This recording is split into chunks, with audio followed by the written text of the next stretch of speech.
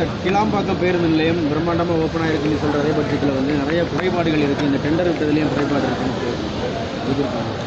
கிளாம்பாக்கம் பேருந்து நிலையம் வந்தது வளர்ச்சிக்கான ஒரு விதை. தலைநகரத்தில் கூட்டத்தை குறைப்பதற்காக, போக்குவரத்து நெரிசலை தவிர்ப்பதற்காக செய்யக்கூடிய ஒரு செயல். உலகத்தில் இருக்கிற எல்லா நாடுகள்லையுமே துணை தலைநகரங்கள், துணை நகரங்களை உற்பத்தி செய்கிறார்கள். கும்பல் கூடுகிற பேருந்து நிலையங்கள், ரயில்வே நிலையங்களை எல்லாம் வெளியில் கொண்டு வைக்கிறார்கள். இதெல்லாம் மிகவும் அவசியம், தேவையான ஒன்று.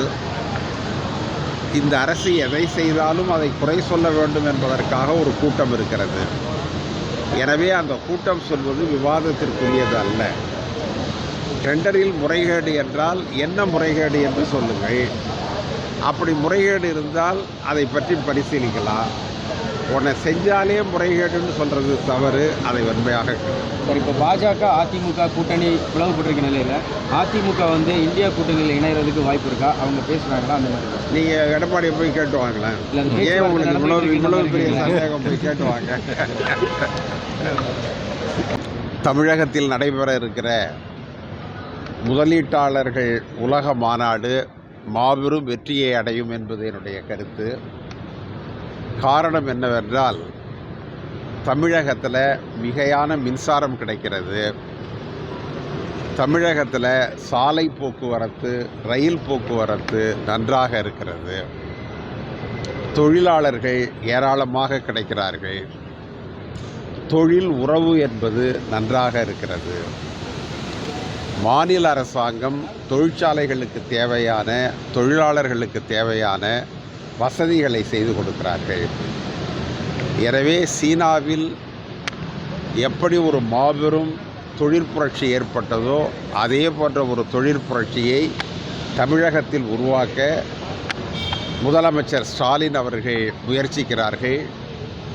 சீனாவில் டெங் சியோபிங் தான் அந்த புரட்சியை செய்தார். தமிழகத்தினுடைய டெங் சியோபிங்காக ஸ்டாலின் இருக்கிறார். இந்த தொழில் உறவு மேம்படும். இதனால் மகத்தான வளர்ச்சி கிடைக்கும் என்பது என்னுடைய கருத்து. மத்திய அரசு 100 லட்சம் கோடிக்கு மேலே கடன் வாங்கியிருந்தா? மத்திய அரசு அதிக கடன் வாங்கியிருப்பதை பற்றி கேட்கிறீர்கள். கடன் வாங்குவதில் தப்பில்லை. ஆனால் எதற்காக கடன் வாங்கியிருக்கிறார்கள் என்பது தெரிய வேண்டும். இன்ஃப்ராஸ்ட்ரக்சர் என்று சொல்லக்கூடிய வசதிகளை மேம்படுத்துவதற்கான துறைக்காக வாங்கியிருந்தால் வரவேற்கலாம். ஆனால் அதை விடுத்து மற்ற செலவுகளுக்காக, நிர்வாக செலவுகளுக்காக அவர்கள் கடன் வாங்குவார்கள் என்றால் அது கண்டிக்கத்தக்கது. நமக்கு தெரியவில்லை எந்த துறைகளில், எவைகளில் அவர்கள் அதிக கடன் பெற்றிருக்கிறார்கள் என்பது தெரியல. ஆனால் இதுதான் அடிப்படை. தொழில் வளர்ச்சிக்காக கடன் பெற்றால் தவறில்லை. நிர்வாக செலவிற்காக கடன் பெற்றிருந்தால் அது தவறு. அதை தவிர்க்க வேண்டும்.